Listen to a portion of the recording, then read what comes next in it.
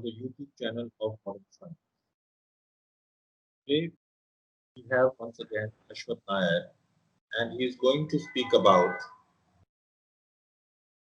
the IPL T20 matches. So far, we have played 58 matches, and we have one more match tomorrow between Delhi Capitals and Sunrisers Hyderabad. Mumbai, the defending champions, have already reached in the finals. Welcome to have with you, Ashwath. Thank you for having me. My pleasure. Ashwath, we have been watching T20 since a long time. What is your views about the matches played so far, and what is your opinion about it? Well, we can see that the deserving sides have qualified for the playoffs. Mumbai Indians throughout the tournament have been dominating almost every team, and they are the deserving candidates to reach the finals, to be the first team to reach finals. Apart from that, Delhi Capitals, we have observed that they had an amazing start, perhaps even better than Mumbai Indians. But towards the end, they were scratchy. They lost quite a lot of matches, and that caused them the first position and also for them to play in the qualifier too. But overall, as far as all the teams are concerned, we have witnessed a very competitive game, like almost amongst every matches, like there has been a very tough competition. We have seen youngsters emerging and taking on the already established cricketers.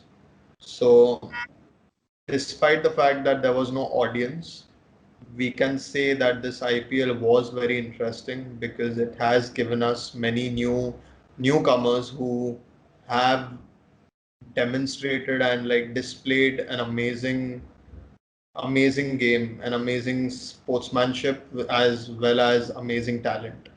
So overall, I think it was an amazing IPL for the youngsters. And if you remember, that is how I started my interview by saying that, like in the first interview, that this IPL would be interesting to see how the youngsters perform.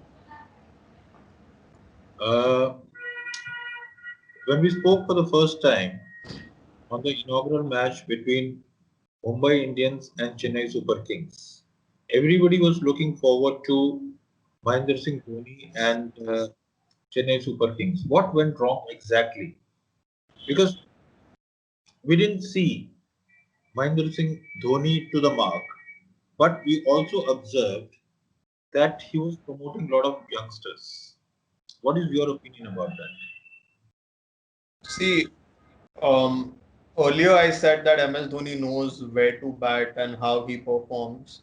But the unfortunate thing over here was that the team combination was never right. There was too much reliance on the already established players, but there was a problem with respect to their form. We didn't see the last year's purple cap holder Imran Tahir playing for the majority of the tournament. We did not see Shane Watson, who has been the integral part of CSK since years. He did not perform. So it's not just MS Dhoni, it is actually the performance of almost every player. There are very few performances like, for example, Ravindra Jadeja, Deepak Chahar. These players performed, Sam Curran. They were good performers, but if like you have to win a tournament like IPL, Chennai has witnessed that the entire squad needs to perform. The entire team of 11 players need to be up to the mark so that they can deliver results. So that was the major reason why CSK could not finish and like could not reach the playoffs. As far as the youngsters are concerned, I would say that it was a bit late for them to get a chance. Um, they gave Jagdishan a chance to play before they were eliminated, and he scored a good 30 odd runs. But after that, he was not given a chance until the latter half of the tournament. Then Rituraj Gaikwad got 3 Man of the Match trophies in the last 3 matches of CSK. So it is good to know that there are promising youngsters for CSK which can contribute to the team in the next IPL. But CSK overall need to change their combination. Maybe they need to change their approach. What was what worked for them in 2018 and 2019 definitely not did not work in 2020 and may not work in 2021. Now, since Dhoni has already said that he is definitely not going away from IPL, at least for the next year. So there should be we should expect many changes. The core team will be changed, and adaptability is the key. CSK needs to be adaptable, or else it would be difficult for them to go back to their winning ways if they do not take some tough calls. So yeah. But Ashwath, everybody is saying that Mahendra Singh Dhoni has been constantly backing Sam Curran, and Sam Curran has displayed a wonderful show in this IPL 2020. You agree with me? Yeah, he has. He has backed Sam Curran, and Sam Curran has proved that he does deserve a position in the top 11 of CSK. But a team is not formed by just one player. We need 11 players who can deliver whenever it's required, and that is where CSK failed to qualify for the playoffs. If it's not a one-man show, so like if there were other players who would have played equal as good as Sam Curran, then I'm sure like the results would have been different. So no doubt Dhoni has backed Sam Curran, and perhaps he has backed Sam Curran the most, even more than Rituraj Gaikwad and other players. But I think the problem still lies in the core team. And yes, Sam Curran definitely has performed, but again, back to what I earlier said, every 11, each player in the squad, in the playing 11, needs to perform and needs to be backed by the captain. One more question I wanted to ask you when it comes to the Punjab team. Initially, Chris Gale was not batting, but when Chris Gale came into batting, he was in full form. Do you think that was a disadvantage or a wrong decision for the Punjab team? Absolutely. Chris Gale needs to be in the playing 11. I fail to understand why he was not picked in the 11 earlier. I heard that eventually when he was planned, he was decided to be selected in the 11. He was down with some health issues, which is why he was admitted. But when the IPL tournament started, he was completely fit. He had all the reasons to be in the playing 11, and he heard the critics. When he got a chance, he played. In fact, Kings 11 just lost 2 matches from I don't know how many, but they won. They had 5 to 6 consecutive wins when Gale came, and he has performed in almost every match. So I do not understand the reason why Chris Gale was dropped. I don't even understand the reason why Chris Gale was not the immediate choice for the first super over that took place against Mumbai. So yes, that was. I'm sorry to be blunt, but that was a bizarre decision on the part of Kings 11 Punjab. If Maxwell was not scoring, why was he not dropped? He was backed, but Chris Gale wasn't. He should have been the immediate choice. Another thing which I wanted to, because Delhi Capitals have been playing extremely well, and they are number two at the moment after Mumbai. And tomorrow being a knockout match, it is going to be between Delhi Capitals and Sunrisers Hyderabad. What is your prediction? Like, if Delhi Capitals lose against Sunrisers, do you think it is like to be a blessing in disguise for Sunrisers Hyderabad? Could you It's repeat the a last part? knockout match. Could you repeat So the last part, please? I think is, after Mumbai Indians, the best team which has been performing is Delhi Capitals.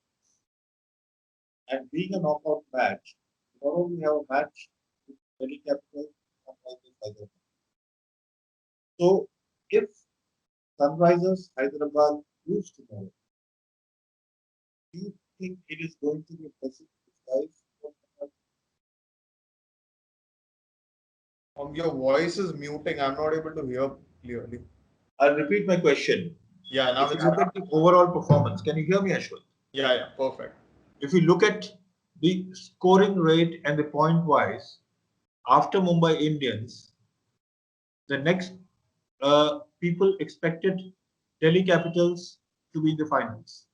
And being a knockout match tomorrow between Delhi Capitals and Sunrisers Hyderabad, if Sunrisers Hyderabad win the match tomorrow, do you think it is going to be a blessing in disguise for them? If Sunrisers Hyderabad win, they deserve to be in the finals because the way they have played the two matches, they have actually proved that they are a team which should not be taken lightly. And as far as we see Delhi Capitals' record, Delhi has always suffered towards the latter half of the tournament. I think a similar situation happened in 2012, if I'm not mistaken, when they reached the playoffs along with Kolkata Knight Riders, and Delhi was in supreme form, but Kolkata beat them and they were out of the tournament. So Delhi has faced such issues many times in his like in earlier tournaments, earlier IPLs. And as far as Hyderabad is concerned, Hyderabad has reached the playoffs in the last 3 to 5 years. So I wouldn't be surprised if Hyderabad would even end up winning the title because they are a completely different team when they reach the playoffs. And this will be a test for Delhi because Delhi is coming after losing one match and Hyderabad is coming after winning two consecutive matches. So it's going to be a very difficult game tomorrow. It would be a very interesting game, but I think they are equally poised now, and I wouldn't be surprised if Delhi ends up losing. So, what is your opinion? Who's going to win tomorrow? What's your prediction? If we see the record throughout the tournament, I would I would be it would be good to see Delhi reach finals for the first time, but practically speaking, I feel that maybe Hyderabad might just end up winning. And what happens in the finals? See, I'm a Mumbai boy and I have been a hardcore Mumbai Indians fan, so I would be having my bias to comment on that. But I would love to watch Mumbai win, but it's not going to be easy for Mumbai in the finals, whether Delhi wins or Hyderabad wins, because Hyderabad has played some amazing cricket. Hyderabad has beaten Mumbai in the group stage, and that too by 10 wickets. It doesn't matter if Bolt and Bumrah were not there in that squad, but still they have beaten us by 10 wickets. So Hyderabad would be coming into the finals with a lot of confidence. As far as Delhi is concerned, if they end up winning the match tomorrow, then they also would be very determined to win against Mumbai because they have lost consecutive matches in this tournament against Mumbai. But you can never underestimate any team in IPL. That is the beauty of this tournament. One more But question. as a Mumbai Indians fan, I would love if Mumbai wins. One more question, Ashwath. Have Sunrisers Hyderabad ever won a tournament in the finals Yeah, they won. They won in 2016 against? against Royal Challengers Bangalore. Okay. Now, when it comes to the finals, whether it is going to be Delhi Capitals or Sunrisers, don't you feel that Mumbai Indians have got a tough match and they have to really fight back if either of the come against them in the finals? It is going to be a difficult match, and Mumbai, as we see all the past four times when Mumbai has won the title, they didn't get it easily. I guess 3 out of 4 times or 2 out of 4 times, it was very difficult for Mumbai to win the match. They had to actually bowl very tightly and play really tough to actually win the last two tournaments. I remember against Royal Rising Pune Super Giants, they were defending hardly 120 or 140 odd runs, and the match went to the last ball. Similarly, last year, Chennai just required 2 runs of one ball. If Malinga wouldn't have bowled that slower one, then it would have been Chennai who were winning, who would have won.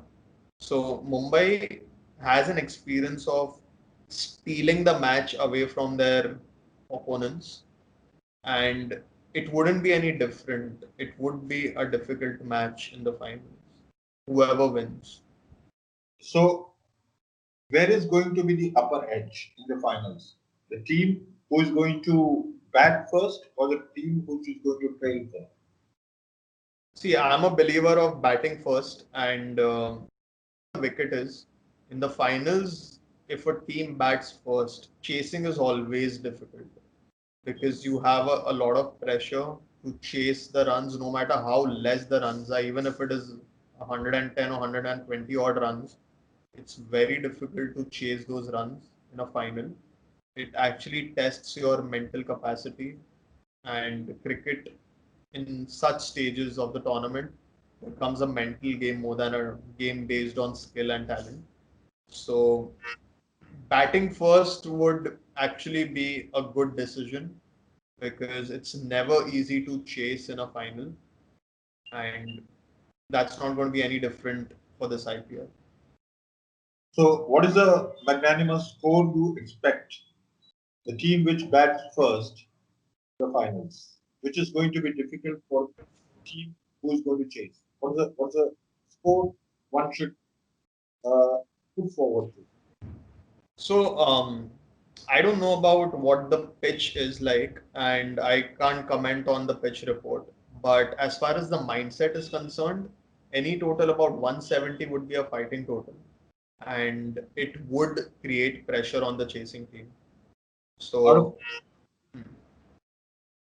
out of all the 60 matches, who do you think is the best player and deserves the man of the series? there are many contenders, to be honest. From each team, I can pick one player who has performed exceptionally well. So coming to Delhi Capitals, Rabada has been the game changer for them. So Delhi has Rabada, Mumbai has Bumrah, Kings 11 has KL Rahul, who has been the orange cap winner. RCB, I would prefer Devdutt Padikkal to be the game changer for RCB.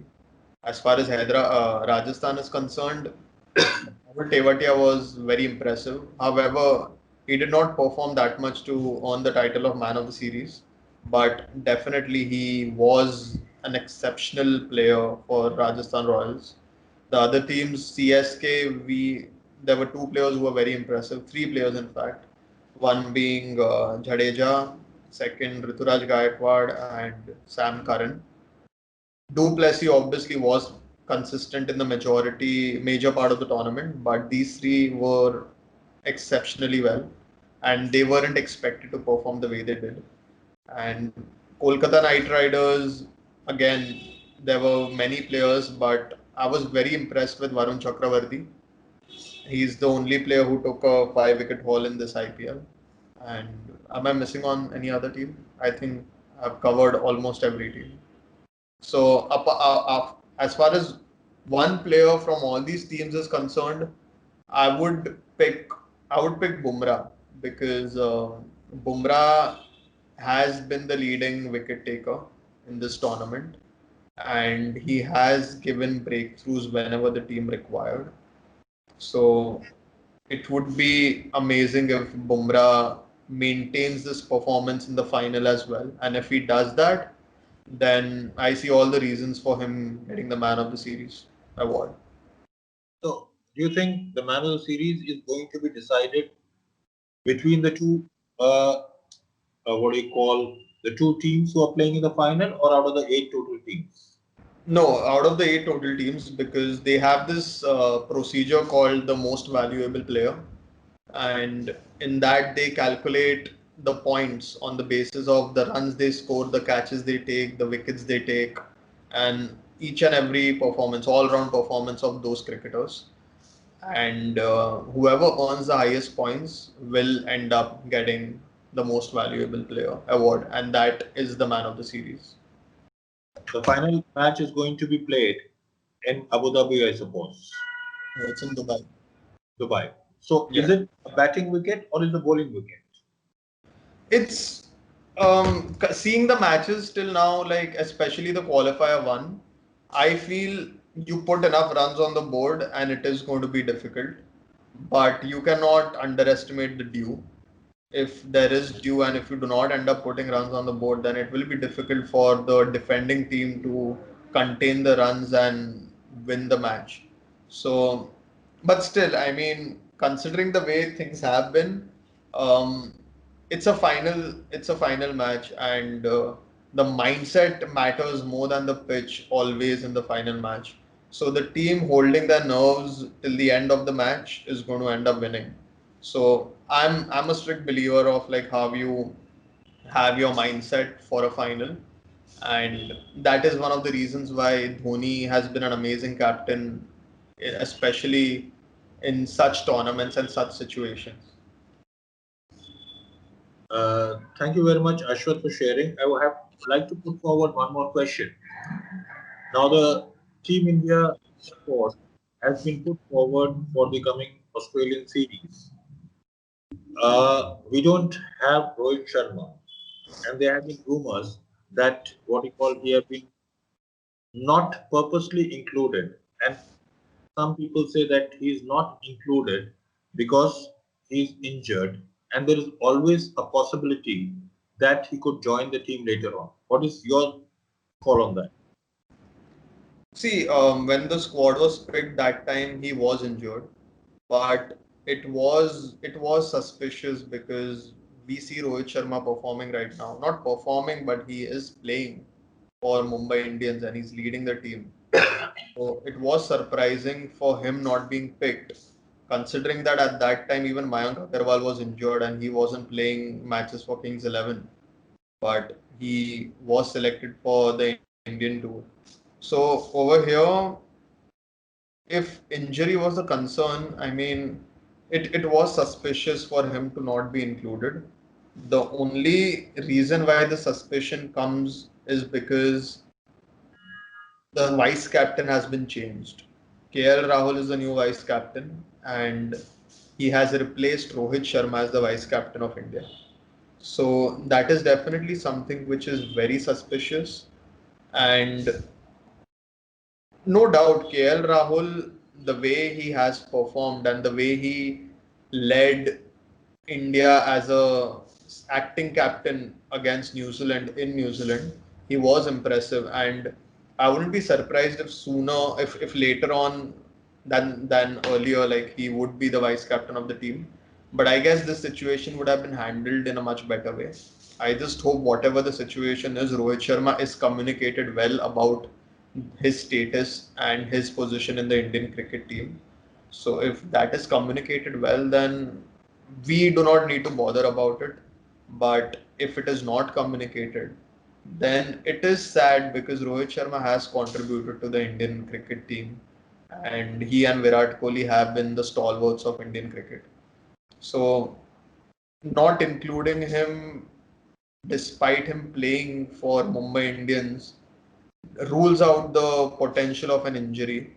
And if this is just a move to replace the vice captaincy from him to KL Rahul, then it is sad. But I just hope whatever the situation is, Rohit Sharma is well informed about whatever has taken place. And if that is done, then we have nothing to worry about, because ultimately what we need is that there is transparency amongst every member of the Indian cricket team, whether it's a player or the support staff or the selection committee or the board. So if that transparency is maintained amongst these stakeholders of Indian cricket team, then there is nothing to worry about. KL Rahul has done extremely well in IPL, and he being a youngster, do you think BCCI, or rather I would say it's a great opportunity for KL Rahul to play as the vice captain? Yes, he would be entering the Indian cricket team with a lot of confidence because even if his team, even if Kings 11 Punjab did not perform that well, he has experienced what it is to be a captain of an IPL team, and he would be taking that experience to the Indian cricket team. And I'm very sure that he will be contributing as a leader to the Indian cricket team, and it would definitely do well for the team. Another thing I wanted to ask you, they've included Sanju Samson as a keeper. Do they have the same expectations from Sanju Samson as Mahendra Singh Dhoni as a wicket keeper of the Indian team? If they are having such expectations, then it's very unfair on the part of Sanju Samson because we can see what happened with Rishabh Pant. There were so many expectations surrounding him, and if one match he did not perform for India, he he was criticized a lot. He was trolled a lot. So I don't think there should be any comparison. But as far as Sanju Samson as an individual is concerned, he's a very talented batsman, and if he performs the way he has in the initial stages of the tournament, then he would be becoming, like, I wouldn't be surprised if he ends up becoming a permanent member of the Indian cricket team. He has performed really well in the initial stages of the tournament, and I'm sure the Indian cricket team is looking forward to him performing the same way. So it would be very interesting for him to play his natural game and see how he goes with the Indian cricket team. When I look at the Indian squad for the Australian team, I feel it's a very balanced team of youngsters. What do you think about the team? And what do you feel that Australia is considering this team as to be the present squad? Who has got the upper edge? I think, see, Australia is very difficult to beat in Australia. Not taking away anything from our 2018 team that performed amazingly well in the Test series against Australia. We definitely have performed well, but it's pertinent to note that David Warner and Steven Smith were not there in the Test squad. So when Steve Smith and David Warner come into the Test squad and we playing our first match at Adelaide with the pink ball, it is going to be very challenging for the Indian cricket team. Definitely, we have an amazing Test squad. We may miss Ishant Sharma because he has, like, one match that we had, the pink ball test in India. He performed amazingly well. He even performed really well in the last Australian tour. So he would be missed. But at the same time, our team, we have an amazing team. We have an amazing combination of the batsmen and the bowlers. Like, we have a very strong core team to take on Australia in Australia.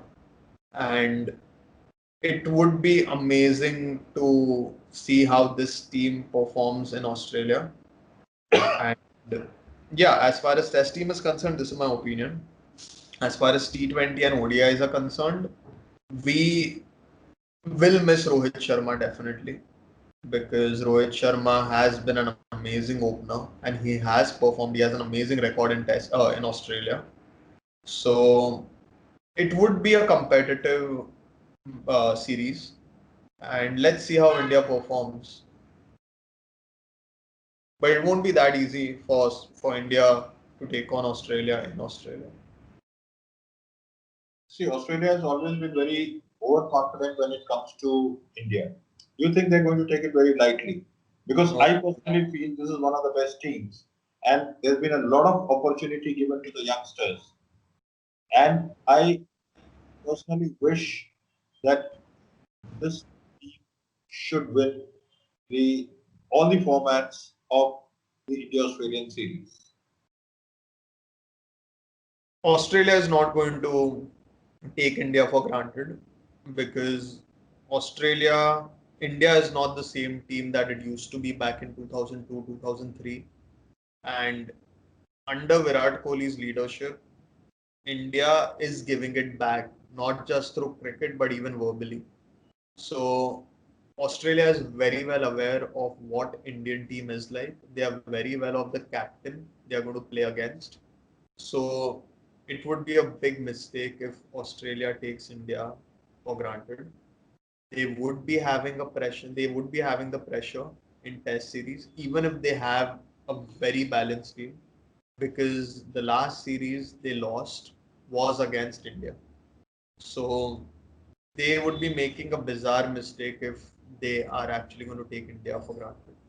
So Australia would not take India for granted, and they would be coming in very well prepared for this tournament. Thank you very much, Ashwath, for sharing your valuable time. Are we going to see you in the final of IPL T20 in Dubai? Sorry? Are we going to see you win the final of the IPL T20 in Dubai? No, I'm going to watch it from Mumbai. No, I'm going to be a part of the show. I'm going to travel to Dubai to watch the match. No, I wouldn't. If I you can't afford to go and have a bubble and like have a quarantine period over there. Watching it on So, my television would be very convenient for me. thank you very much. Have a nice evening. Thank you once again. Thank you so much for having me. Thank you.